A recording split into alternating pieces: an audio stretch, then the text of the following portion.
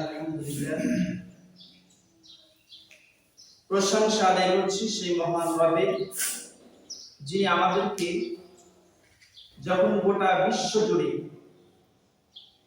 বিশেষ করে ফিলিস্তিনের মুসলমানেরা আহাজারি করছে, আর্তনাদ করছে, বাঁচাও বাঁচাও করে চিৎকার করছে, এই মুহূর্তে মহান রবের ডাকে আহ্বানে সাড়া দিয়ে তার ঘর মসজিদে আমরা কিছু অল্প সময়ের জন্য আমাদের ঈমানটাকে, জজবাটাকে বৃদ্ধি করার উদ্দেশ্যে, তার হুকুম বিধান পালন করার উদ্দেশ্যে কিছু মুহূর্তের জন্য আমরা উপস্থিত হয়েছি। আমাদেরকে যে আল্লাহ তাআলা উপস্থিত করেছেন, হাজির করেছেন, আমরা খুশি বলছি আলহামদুলিল্লাহ। আলহামদুলিল্লাহ। তারপরে দ্বিতীয় সালাম বর্ষিত হোক সেই মহান মানবতার মহান শিক্ষক, যে মহান মানব অন্ধকার যুগটাকে, অন্ধকার থেকে পাপাচার, অনাচার, অন্যায়, অবিচার, জুলুম, নির্যাতন, ধর্ষণ, হানাহানি, কাটাকাটি, মারামারি, রক্ত, খুন, সন্ত্রাস, চাঁদাবাজি, টেন্ডারবাজি, এই সমস্ত অন্ধকার যুগকে দূর করে দিয়ে, পুরুষত্ব দূর করে দিয়ে একটা সুন্দর প্রতি আলো নূর নিয়ে আসলেন। সেই মহান মানবের উপর ভক্তিপূর্ণ সালাম দুরূদ পেশ করছি। আমরা সকলে বলছি আল্লাহুম্মা সাল্লি আলাইহি আল্লাহুম্মা বারিক আলাইহি। সম্মানিত মুসল্লিয়ানে কিরাম, আমরা সরাসরি আলোচনায় চলে যাই। ভূমিকার দিকে আমরা যাব। আজকের আলোচনার বিষয়টা খুবই গুরুত্বপূর্ণ। আজকের আলোচনার বিষয় হচ্ছে ফিলিস্তিনের আহাজারি। আজকের আলোচনার বিষয়, সাবজেক্ট, ফিলিস্তিনের আহাজারি, আর্তনাদ, চিৎকার। এই আর্তনাদ, চিৎকার, আহাজারিতে আমাদের জন্য করণীয় কি? এই মুহূর্তে গোটা বিশ্বে মুসলিমদের করণীয় কি, এ সম্পর্কে আজকে আলোচনা হবে ইনশাআল্লাহ। আমি খুতবার শুরুতে পবিত্র কোরআনুল কারীমের অসংখ্য অগণিত সূরার মধ্য থেকে একটি মাত্র সূরা, একটা মাত্র আয়াত তেলাওয়াত করেছি। সাধারণ দিক দিয়ে এই সূরাটি 74 নম্বর সূরা। সূরাটির নাম নিসা। সূরাতুন নিসার 75 নম্বর আয়াত আপনাদের সামনে তেলাওয়াত করেছি। আল্লাহ যদি চায় আমাদেরকে ইলম দেয়, জ্ঞান দেয়, প্রজ্ঞা দেয়, কিছু আপনাদের সামনে বয়ান করব ইনশাআল্লাহ। আসুন, তাফসীর পড়তে হলে মোটামুটি 5টি পয়েন্ট আমাদেরকে জানতে হবে। তার 1 নাম্বার পয়েন্ট হচ্ছে আমাদেরকে শুদ্ধ তেলাওয়াত। দ্বিতীয় নাম্বার জানতে হবে আমাদের এর বঙ্গ অনুবাদ। তৃতীয় নাম্বার যেটা জানতে হবে সেটা হচ্ছে এর প্রেক্ষাপট অর্থাৎ স্থানে নুজুল। এবং চতুর্থ নম্বরে যে জিনিসটা জানতে হবে সেটা হচ্ছে এর ব্যাখ্যা। এবং পঞ্চম নম্বরে যে জিনিসটা জানতে হবে সেটা হচ্ছে শিক্ষা নিয়ে আমাদের ভাষা চলে। তাহলে 5টা মূলনীতি, তাফসীরের 5টা মূলনীতি। তার মধ্যে আমরা আসেন 1 নাম্বার থেকে শুরু করি। 1 নাম্বার হচ্ছে শুদ্ধ তেলাওয়াত। আউযু বিল্লাহি মিনাশ শাইতানির রাজীম। বিসমিল্লাহির রাহমানির রাহিম। ওয়া মা লাকুম লা তুকাতিলুনা ফি সাবিলিল্লাহি ওয়াল মুস্তাদআফিনা মিনার রিজালি ওয়ান নিসাই ওয়াল বিলদান الذين يقولون ربنا أخرجنا من هذه القرية الظالم أهلها واجعل لنا من لدنك وليا واجعل لنا من لدنك نصيرا صدق الله العظيم। আমরা শুদ্ধ তেলাওয়াত করলাম। এবার আসেন আর বঙ্গ অনুবাদ জন্য। আল্লাহ তাআলা বলেন, ওয়া মা লাকুম লা তুকাতিলুনা ফি সাবিলিল্লাহ। আপনাদের কি হলো? তোমরা যুদ্ধ করছো না? তোমাদের কি হলো? কি হয়েছে তোমাদের? তোমরা যুদ্ধ করছো না আল্লাহর পথে? ওয়াল মুস্তাদআফিনা মিনার রিজালি ওয়ান নিসাই ওয়াল বিলদান। এবং যারা আহাজারি করছে নারী পুরুষ এবং শিশু, এবং তারা চিৎকার করছে আর বলতেছে ওয়াকালু রাব্বানা আল্লাযীনা ইয়াকুলুনা রাব্বানা আখরিজনা মিন হাযিহিল ক্বরিয়াতি যালিমু আহলিহা। তারা বলতেছে আল্লাযীনা, যারা, ইয়াকুলুনা, তারা বলে রাব্বানা, হে আমাদের রব, আখরিজনা মিন হাযিহিল ক্বরিয়াতি যালিমি আহলুহা, হে আমাদের রব, আমাদেরকে বের করুন এই জনপদ থেকে যার অধিবাসীরা জালেম। ওয়াজআল লানা মিন লাদুনকা ওয়ালিয়্যা, এবং আমাদের জন্য আপনার পক্ষ থেকে একজন অভিভাবক প্রেরণ করুন। ওয়াজআল লানা মিন লাদুনকা নাসীরা, এবং আপনার পক্ষ থেকে সাহায্যকারী পাঠান। এই হচ্ছে আয়াতের বর্ণনা। এটা হচ্ছে সরল সম্পূর্ণ। আমরা যদি তাহলে এক নম্বরে আমরা শুদ্ধ তেলাওয়াত করি না, দ্বিতীয় নম্বরে আমরা যে পয়েন্ট সেটা হচ্ছে অনুবাদ করলাম, এবং তৃতীয় নাম্বার সানে নজরটা যদি আপনাদের সামনে একটু ছোট্ট করে তুলে ধরি আর ক্লিয়ার বুঝতে পারবেন।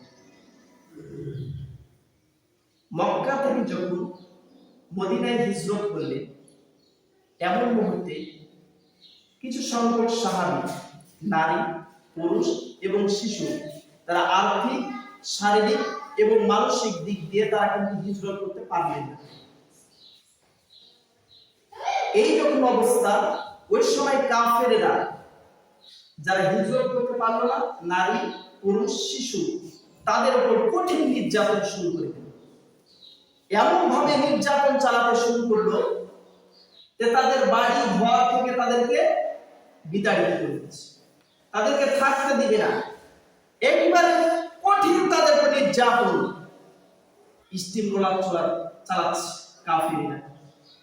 ঠিক অনুরূপ ভাবে আমরা যদি একটু বর্তমানের দিকে লক্ষ্য করি, তাহলে আপনারা দেখতে পাবেন এই যে আমাদের ফিলিস্তিনে মুসলমানদের উপর কঠিন কিন্তু নির্যাতন চলছে, কঠিন নিপীড়ন চলতেছে, তারা আহাজারি করছে।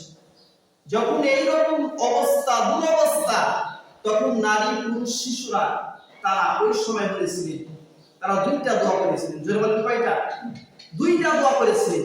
তার এক নাম্বার দোয়া ছিল, আল্লাহ তুমি আমাদের এই জনপদ থেকে আমাদেরকে বাঁচাও। দ্বিতীয় নাম্বারে যে আপনারা করেছিলেন, দোয়া করেছিলেন, সেটা হচ্ছে আমাদের কাছে আপনার পক্ষ থেকে একজন সাহায্যকারী পাঠান।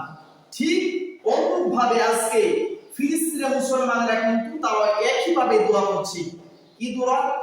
আল্লাহ রাব্বুল আলামিন সূরাতুন নিসা 75 নম্বর আয়াতের মধ্যে তাদের এই দুরবস্থা, তাদের এই করুণ ইতিহাস, তাদের এই কাহিনীগুলো, তাদের এই আত্মনাদগুলো, তাদের এই আহাজারিগুলো আল্লাহ পাক রব্বুল আলামিন গোটা বিশ্ববাসীদেরকে শুনিয়ে দিলেন। আল্লাহ তাআলা বলছেন, ওয়া মা লাকুম লা তুকাতিলুনা ফি সাবিলিল্লাহি ওয়াল মুস্তাদআফিনা মিনার রিজালি ওয়ান নিসাই ওয়াল বিলদান الذين يقولون ربنا أخرجنا من هذه القرية الظالم أهلها واجعل لنا من لدنك وليا واجعل لنا من لدنك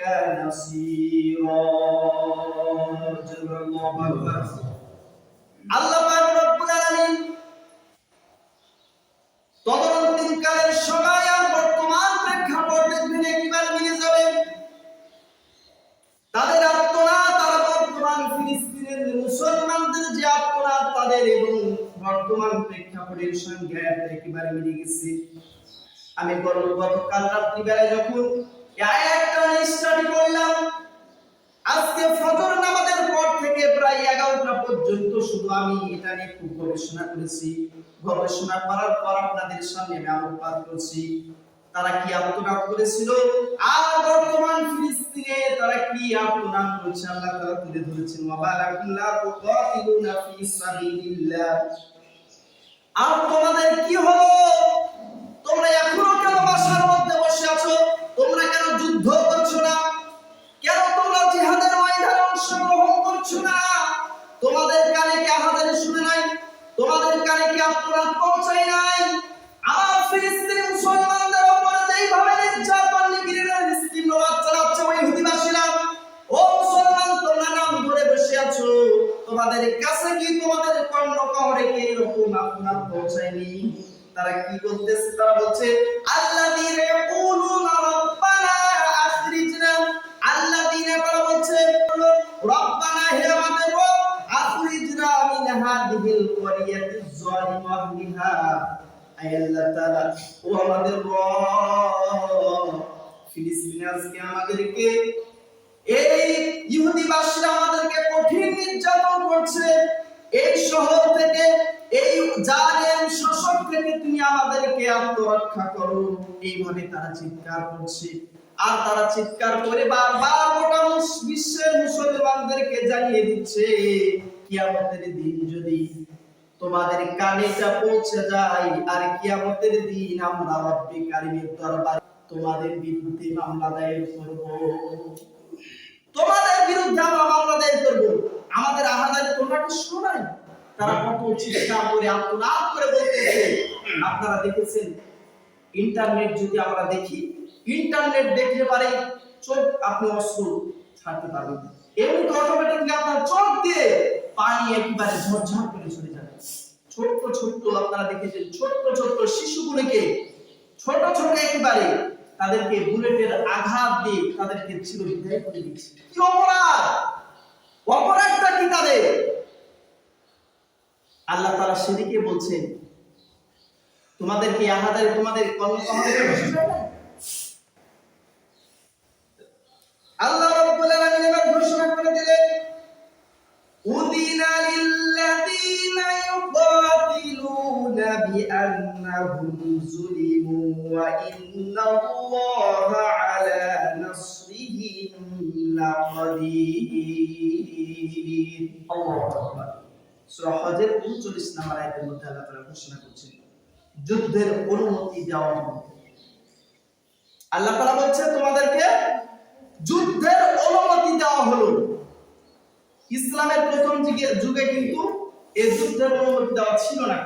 পরক্ষণে যখন কাফেরেরা একেবারে কঠিন ভাবে তাদের উপর নির্যাতন নিপীড়নে নিশ্চিন্ত রাখলো, তখন আল্লাহ তাআলা এবার ঘোষণা করে দিলেন না, যদি আমার বান্দাকে আমার জমিনে তাদেরকে দাবিয়ে দেয় তাহলে আমার কালেমা উঁচু করার মতো আর কেউ থাকবে না। আল্লাহ পাক রব্বুল আলামিন বলছে তোমাদেরকে আর বসে থাকলে হবে না, এখন তোমরা জিহাদে যাওয়ার জন্য প্রস্তুত গ্রহণ করো। তোমাদেরকে আমি অনুমতি দিয়ে দিলাম, তোমরা এখন জিহাদের জন্য কি করো? প্রস্তুতি গ্রহণ করো। বিশেষ করে আল্লাহর নবীর বিশিষ্ট একজন সাহাবী শুআইব রুমি রাদিয়াল্লাহু আনহু সহ এই ব্যক্তিটা যখন প্রথমে এসেছিলেন তিনি এসেছিলেন খালি হাতে। এবার ওই জায়গাতে মক্কাতে যখন তিনি খুব অর্থ সম্পদ উপার্জন করলেন, তখন মক্কা থেকে মদিনায় হিজরত করবেন, এমন সময় কুরাইশদের কিছু কাফেররা তিনি বলছেন তুমি তো এসেছিলে খালি হাতে, আর তোমার এখন অনেক অর্থ সম্পদ সবকিছু হয়ে গেছে, এগুলো তুমি রেখে দাও, এখন তোমাকে খালি হাতে ফিরে যেতে হবে।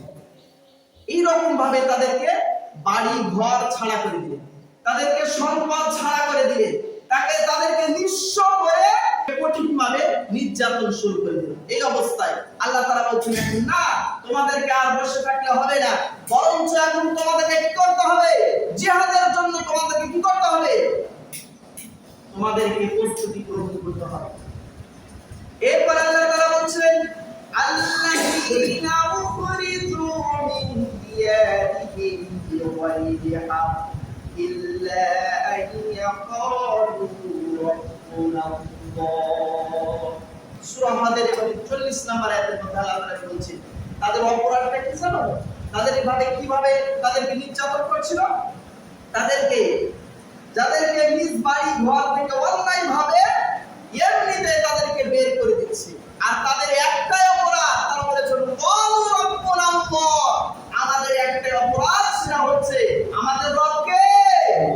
ওই সময় তারা বলেছিল আমাদের রব হচ্ছে আল্লাহ। এই কথা বলার কারণে তাদের ঘর বাড়ি অর্থ সম্পদ ওখান থেকে মাহরুম করে তাদের কঠিন নির্যাতন শুরু করে।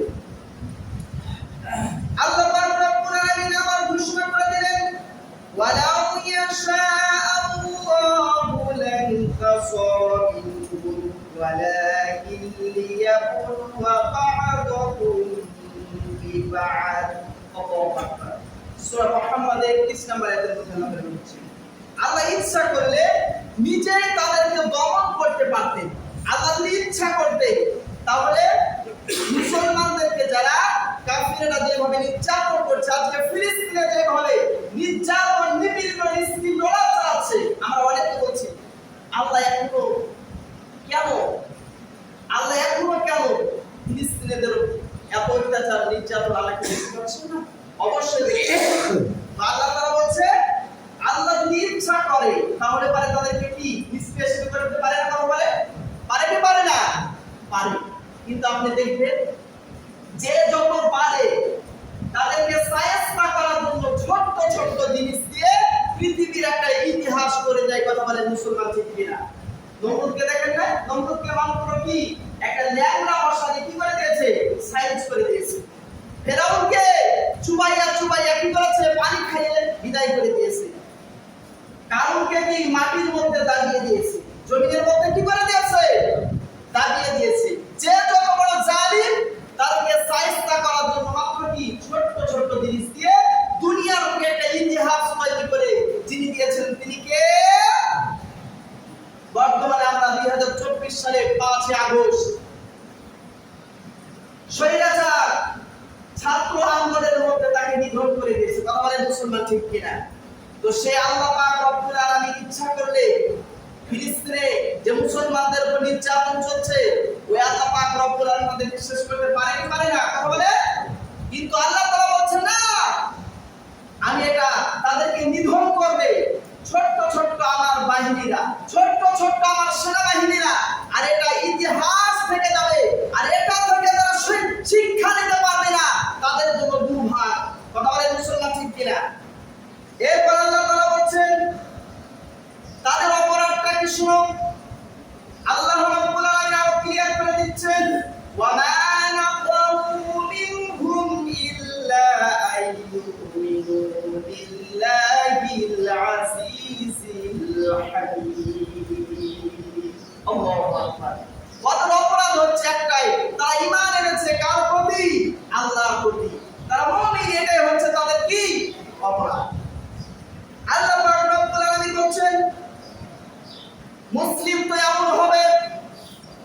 তো এমন হবে কেমন হবে? আল্লাহ রাসূল সাল্লাল্লাহু আলাইহি ওয়াসাল্লাম হাদিস শরীফের মধ্যে বলেন, মাতালুল মুমিনি ফি তাওয়াদিহি ওয়া তানাহুমিহি। মুসলিম তো একটা দেহের মতো, এই দেহের মধ্যে, শরীরের মধ্যে যদি কোনো অংশ কেটে যায়, কোনো অংশ ব্যথায় জর্জরিত হয়ে যায়, যদি কেটে যায়, ছিঁড়ে যায়, ফেটে যায়, তাহলে সমস্ত শরীরটা কি হয়ে যায়? জ্বালা যন্ত্রণা করে। ঠিক কোনোভাবে মুসলিম তো এইরকম হওয়া দরকার। বাংলাদেশের এ প্রান্ত থেকে ও প্রান্ত যদি কোনো মুসলমান আঘাত পায়, তাহলে তুমি যদি মুসলিম দাবি করো তোমাকে কিন্তু আহাজারি করা লাগবে। তোমার কি করা লাগবে? ওই ব্যথায় কাতর হওয়া লাগবে। তাহলে তুমি কি মুসলিম? এটা কার কথা? আল্লাহ রাসূল সাল্লাল্লাহু আলাইহি ওয়াসাল্লাম হাদিস শরীফের মধ্যে বলছেন, হাদিস নাম্বার 3428 নাম্বার বুখারী শরীফে। মুসলিম কি তাদের ভাইকে মজলুম অবস্থায় ছেড়ে দিতে পারে? প্রশ্ন, মুসলিম কি তার ভাইকে মজলুম অবস্থায় ছেড়ে দিতে পারে? আল্লাহ রাসূল সাল্লাল্লাহু আলাইহি ওয়াসাল্লাম হাদিস শরীফের মধ্যে বলেন, আল মুসলিমু আকুল মুসলিমু লা ইয়াজলিমু ওয়া লা ইউসলিমু। মুসলিম একে অপরের ভাই, আর ভাই হয়ে তাকে সূত্রের মুখে কখনো ছেড়ে দিতে পারে না। তারা আজকে মুসলমানদেরকে যেভাবে নিধন করার চেষ্টা করছে ইসরায়েলি বাহিনী, আমরা যদি এখন থেকে সচেতন না হয়,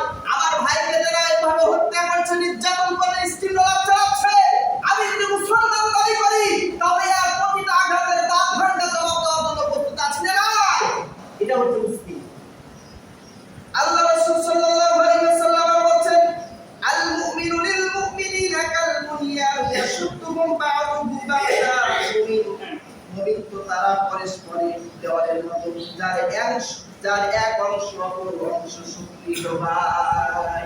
আপনি যদি মুমিন হন তাহলে পরে আপনাকে সব সময় আপনার হৃদয়ের মধ্যে শক্তি জোগাইতে হবে। বাতিলকে কখনো ভয় পাইলে চলবে কি? কথা বলেন, চলবে না। এরপর আল্লাহ রাসূল সাল্লাল্লাহু আলাইহি ওয়াসাল্লাম বলেন, যদি তুমি জিহাদে না দিতে পারো তাহলে তোমাকে বুদ্ধি দিতে হবে, পরামর্শ দিতে হবে, সাহস জোগাইতে হবে, এমন কি অর্থ সম্পদ দিয়ে হলেও তাদের যারা যাবে তাদেরকে তোমরা সাহায্য করতে হবে। আর যদি কাজটা করো তাহলে তোমার জন্য কি হবে?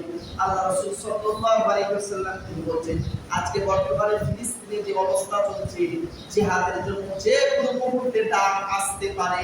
এজন্য আমাকে আপনাকে এখন থেকে সজাগ থাকতে হবে। আল্লাহ রাসূল সাল্লাল্লাহু আলাইহি ওয়াসাল্লাম হাদিস শরীফের মধ্যে বলেন, মান জাহাযা গাসিয়ান ফি সাবিলিল্লাহ ফাকাদ ফাসা ওয়া মান খালাফা গাসিয়ান ফি সাবিলিল্লাহ।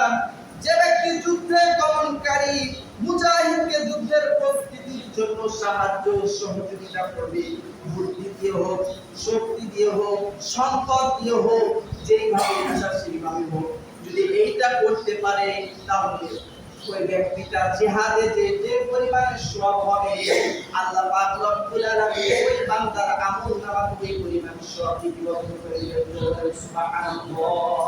আর ওই ব্যক্তিটা যদি জিহাদের ময়দানে গিয়ে যদি শাহাদাত বরণ করে এবং ওই পরিবারটাকে যদি আপনি দেখাশোনা করি, তাদেরকে অর্থ দিয়ে, সম্পদ দিয়ে, টাকা দিয়ে, পয়সা দিয়ে আমরা যদি সাহায্য সহযোগিতা করি, তাহলে পারে এই শাহাদাত বরণ করেছে, মৃত্যু বরণ করেছে, জিহাদে গেলে যে পরিমাণে সওয়াব হয়, আল্লাহ পাক রব্বুল আলামিন ওই পরিমাণে সওয়াব বান্দার আমলনামাতে লিপিবদ্ধ করে দিবে। চিৎকার দেব সুবহানাল্লাহ। আল্লাহ পাক রব্বুল আলামিন এবার ঘোষণা করছে, শুনো, তোমাদেরকে একটা বিজনেসের জন্য আমি ডাক দিচ্ছি, একটা লাভজনক ব্যবসা করো তোমাদেরকে বলছি। তোমরা কি করতে চাও? আল্লাহ তাআলা বলছে, দেখেন আল্লাহ রাব্বুল আলামিন বলছেন, ইয়া আইয়ুহাল্লাযীনা আমানু হাল আদুল্লুকুম আলা তিজারাতিন তুনজিকুম মিন আযাবিন আলীম। আল্লাহ তাআলা বলছেন, হে ইমানদারগণ, আমি কি তোমাদের এমন ব্যবসার সন্ধান দিব না যা তোমাদেরকে জাহান্নামের কঠিন যন্ত্রণাদায়ক আযাব থেকে তোমাদেরকে রক্ষা করবে? কে বলছেন বলেন তো? আল্লাহ পাক রব্বুল আলামিন ঘোষণা করছে, হে মুমিনগণ, হে ইমানদার বোনেরা, হে বিশ্বাসীগণ, তোমাদেরকে একটা বিজনেসের কথা বলবো, যে বিজনেসটা যদি করো, যে ব্যবসাটা যদি করো, তোমাদের জন্য লাভজনক হবে। কি? পরকালে জাহান্নামের কঠিন আযাব থেকে তোমাদেরকে রক্ষা করবে। আমরা কি এই ব্যবসা করতে রাজি আছি? কথা বলার রাজি আছি? কে বলছে? কথা বলা লাগবে কে? দেখেন এই বিজনেসটা কি, ব্যবসাটা কি? আল্লাহ তাআলা পাল্টা প্রশ্ন করছে। আল্লাহ রাব্বুল আলামিন বলেন, শোনো মানুষ, সেই বিজনেসটা কি, সেই ব্যবসাটা কি, যেটা পরকালে জাহান্নামের আগুন থেকে তোমাকে যন্ত্রণাদায়ক আযাব থেকে রক্ষা করবে। সেটা কি? আল্লাহ তাআলা খুলে তিনি ঘোষণা করে দিলেন সূরাতুস সাফের 10 নম্বর আয়াতের মধ্যে তুলে ধরলেন, তুমিনুনা বিল্লাহি ওয়া রাসূলিহি ওয়া তুজাহিদুনা ফি সাবিলিল্লাহি বিআমওয়ালিকুম ওয়া আনফুসিকুম যালিকুম খায়রুন লাকুম ইন কুনতুম তা'লামুন। আল্লাহু আকবার। এই যে তোমরা আল্লাহ ও তার রাসূলের প্রতি ঈমান আনবে এবং তোমরা তোমাদের ধন সম্পদ এবং জান মাল দিয়ে তোমরা আল্লাহর পথে জিহাদ করবে, আর এটাই হচ্ছে তোমাদের জন্য কল্যাণকর যদি তোমরা জানতে পারো। আল্লাহ তাআলা এখানে বলছে সেই ব্যবসাটা কি জানো? সেই ব্যবসাটা হচ্ছে তোমরা আল্লাহ এবং আল্লাহ রাসূলের প্রতি ঈমান আনবে, এরপর তোমাদের সম্পদ দিয়ে, জান দিয়ে, মাল দিয়ে আল্লাহর পথে জিহাদ করবে। এটাই হচ্ছে ব্যবসা। আর এই ব্যবসার মধ্যে যদি টিকে থাকতে পারো, এই ব্যবসা থেকে তুমি পিছপা না হটো, এই বিজনেস থেকে তোমরা যদি পিছপা না হটো, তোমাদের জন্য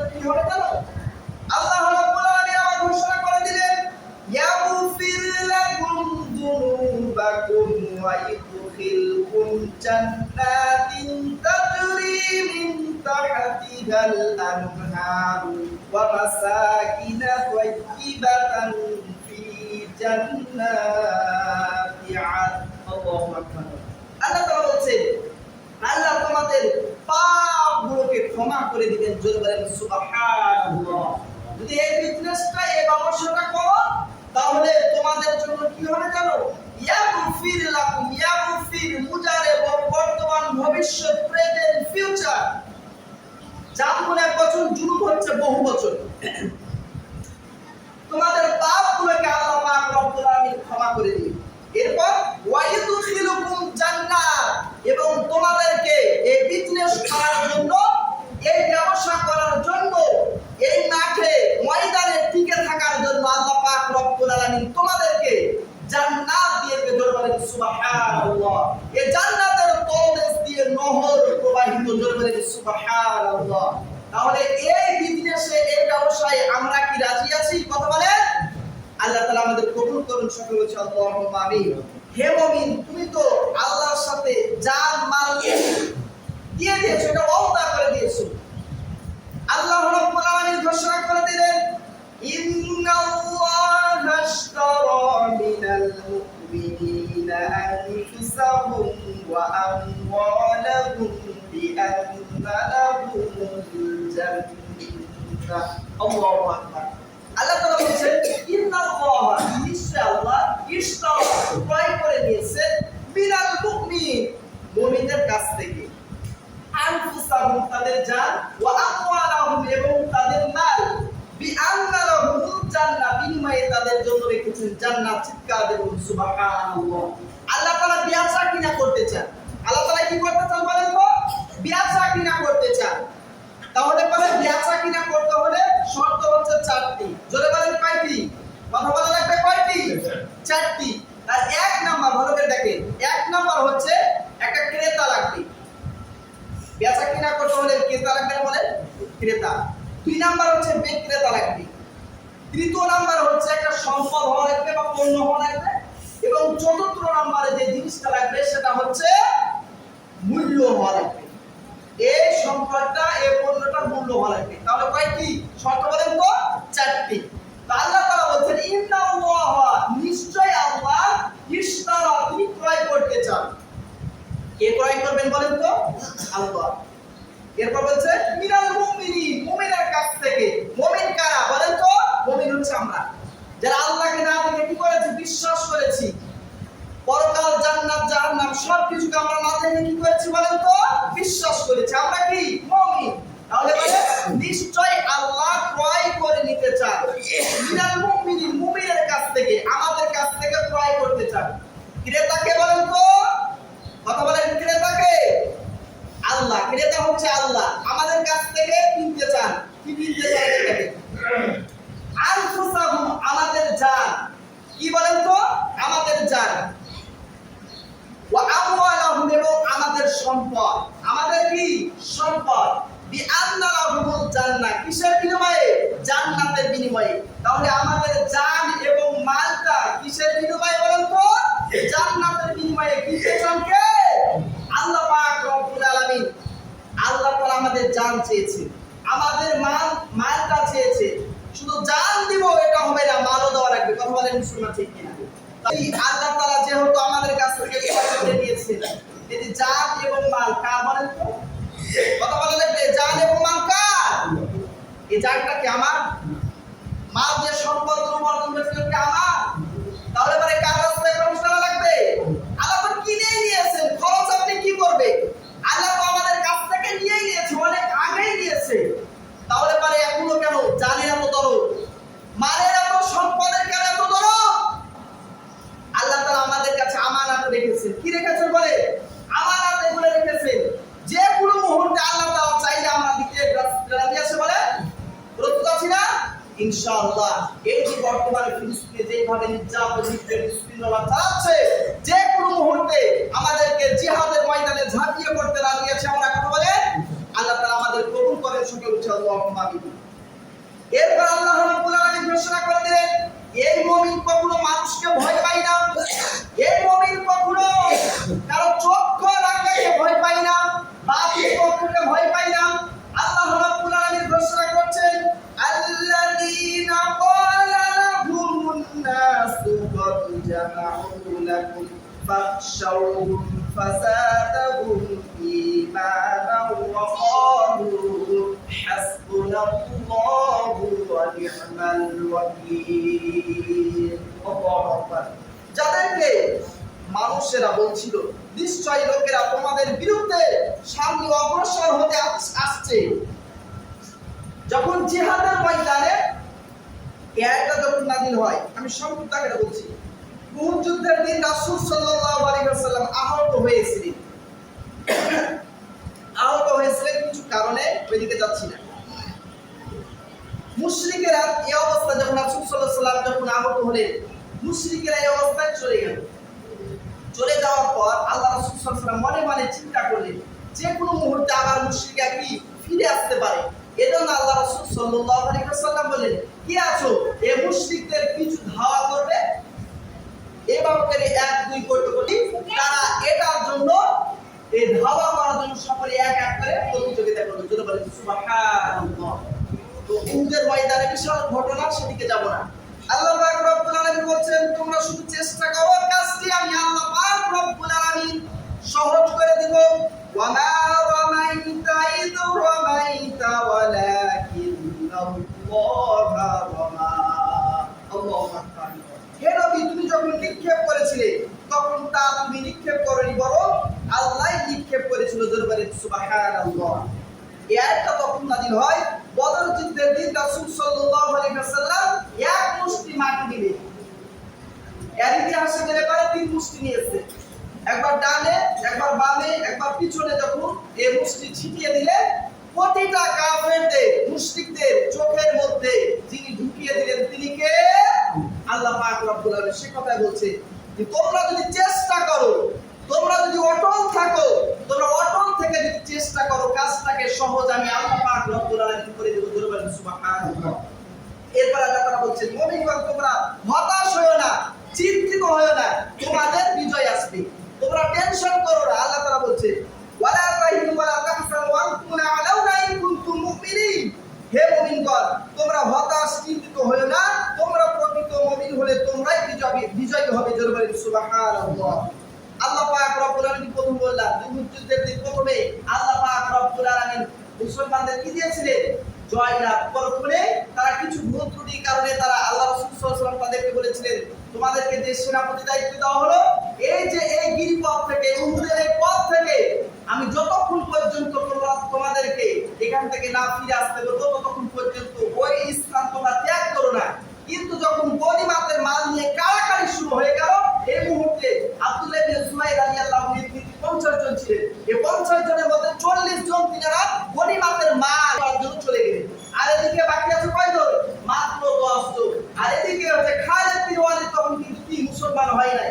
এই পিছনে গিয়ে তাদেরকে এমনভাবে আক্রমণ করলো, তাদেরকে কঠোর টাকা শুরু করে দিল।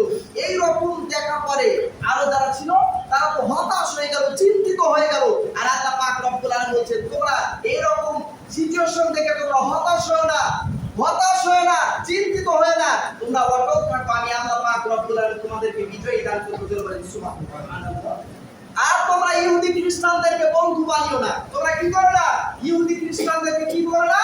বন্ধু বানিও না। আল্লাহ তাআলা বলছেন সূরাতুল মাইদার 51 নম্বরে, ইয়া আইয়ুহাল্লাযীনা আমানু লা তাত্তাখিযুল ইয়াহুদা ওয়ান নাসারা আউলিয়া বা'দুহুম আউলিয়া বা'দ ওয়া মান ইয়াতাওয়াল্লাহুম মিনকুম। হে ঈমানদারগণ, ইয়া মানে হে আইয়ুহাল্লাযীনা আমানু, হে ঈমানদারগণ, লা মানে না, তাত্তাখিযু তোমরা গ্রহণ করো না, আউলিয়া বন্ধু রূপে, ইহুদিদেরকে নাসারাদেরকে তোমরা বন্ধু রূপে কি করো না? গ্রহণ করো না। আপনারা দেখেন নাই বিগত জালিম শাসক আমাদের পার্শ্ববর্তী ভারতের পায়ে গিয়ে তারা পড়েছিল। বর্তমানে আপনারা দেখেছেন ডক্টর ইউনূস দেখিয়ে দিয়েছে ভারতে চলে গেলে প্রধানমন্ত্রীর সঙ্গে, নরেন্দ্র মোদীর সঙ্গে দেখা করার জন্য যেমনি যাবে এই মুহূর্তে নরেন্দ্র মোদী সহ যতগুলো ছিল সবাই দাঁড়িয়ে গেছে। কি হয়েছে বলেন তো? দাঁড়িয়ে গেছে। এখান থেকে প্রমাণ হয় কিছুদিন বিগত আগে যে জালিম শাসক ছিল তার পায়ে গিয়ে পড়েছিল, আর ডক্টর ইউনূস যখন গেছে তখন তার ধুতি পর্যন্ত খুলে দাঁড়িয়ে গেছে। এই মহান বিজয়টা দিয়ে দিয়েছেন কে? আল্লাহ তাআলা সে কথা বলছে, তোমরা ইহুদি খ্রিস্টানদেরকে বন্ধু রূপে গ্রহণ করো না। আর আজকে আমরা দেখেছি সেই সময় তারা মুসলমানদেরকে বন্ধু বানিয়ে দিয়ে, মুসলমানদেরকে বিভিন্ন ধরনের কৌশল করে তাদেরকে সরিয়ে দিয়ে ইহুদি খ্রিস্টানদের সঙ্গে আপো করে পা চাটছিল। কথা বলেন মুসলমান ঠিক কিনা?